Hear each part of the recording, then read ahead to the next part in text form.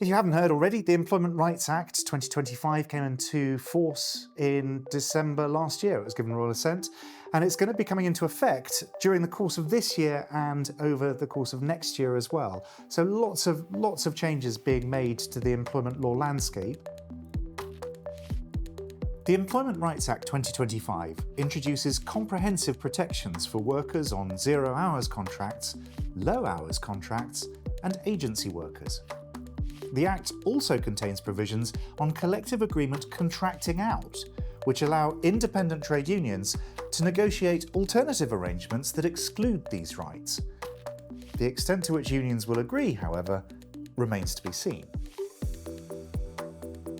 So the first of the rights in this area relates to guaranteed hours. This applies in circumstances where a worker on a zero-hours or so-called low-hours arrangement regularly works in excess of those hours over the course of a reference period. If they meet the conditions, then the employer must make a guaranteed hours offer after every reference period that reflects the hours that they've actually worked.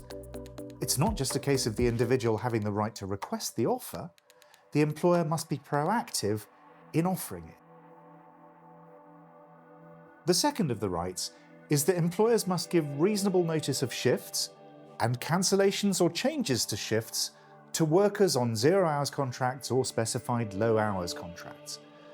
Notice is presumed unreasonable if given less than a specified time before the shift starts. If an employer doesn't give reasonable notice, then they'll have to pay a specified amount when they cancel, move, or curtail a qualifying shift at short notice. Agency workers will also enjoy these rights, but the main thing to note here is that the hirer, rather than the recruitment business, must make the guaranteed hours offer.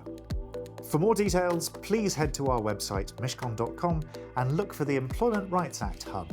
There you'll see more information regarding the content of the Act, when different parts of the Act are coming into force, and what still needs to be decided.